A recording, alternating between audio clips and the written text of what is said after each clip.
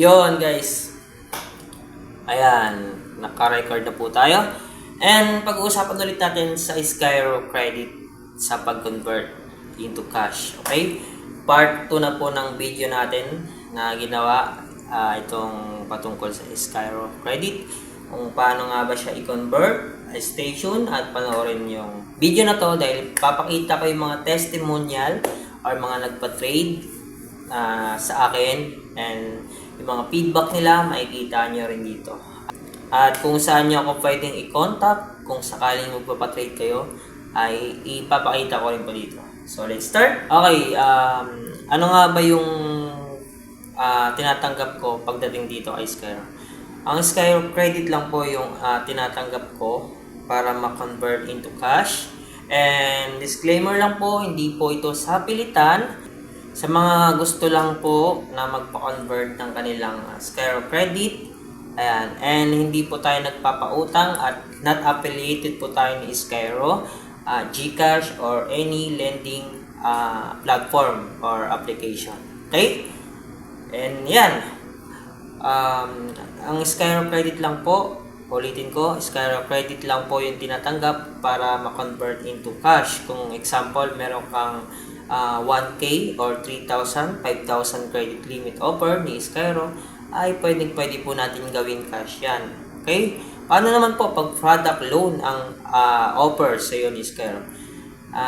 Sadly, hindi ko po yun kino-convert kasi nga po ginagamit lang yon pambili ng mga appliances or installment na gamit.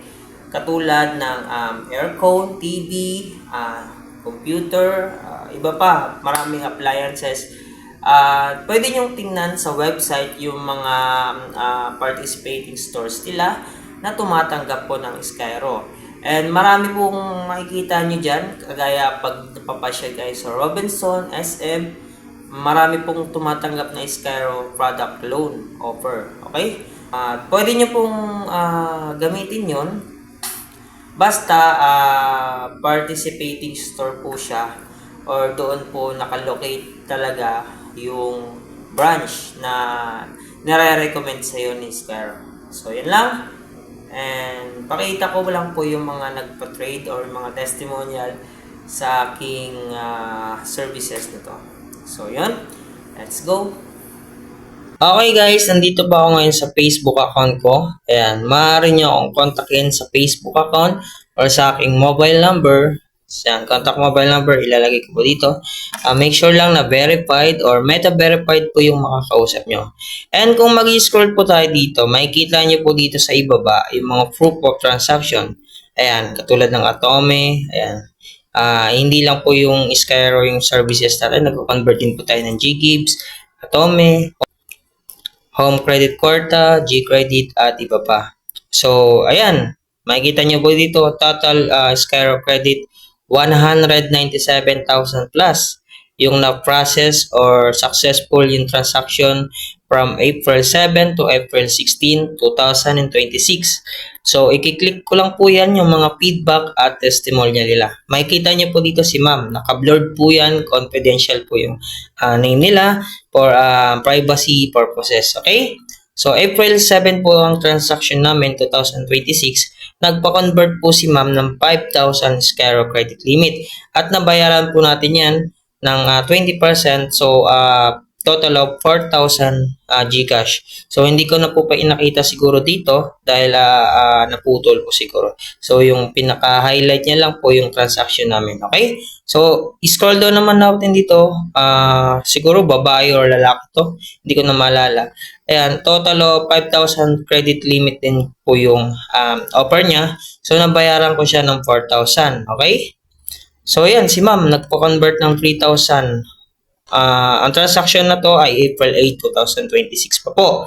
So, 3,000 yung pinatrade niya. So, basically, ang makukuha niya ay 20%. So, 2,400 Gcash po yun. And makikita niya po naman po dito sa baba, si ma'am din, nagpa-convert din with proof pa na naka-camera lang. And April 8, 2026 po yung ginanap through Maya or GCash yung transaction namin dito. Na po, salamat po. Laking tulong po. Maraming salamat po. Ayan po yung feedback galing kay sir. Or ayun guys, so nakita nyo na yung mga proof of transactions natin at marami pong feedback galing sa customer or client ko na nagpa-trade ng Skyro Credit. Okay, sa gusto magpa-trade, i-contact nyo lang ako sa aking official Meta Verified Facebook account at i-contact nyo ako dito sa aking mobile number. Tawagan nyo ako, pwede nyo rin akong i-text para mas madali kitang ma-replyan. Okay? So, abangan ko yan. So, yan lang. Sana nakatulong tong video na to at kung nagustuhan mo to, huwag mo kalimutan mag-like, subscribe sa aking YouTube channel. See you soon!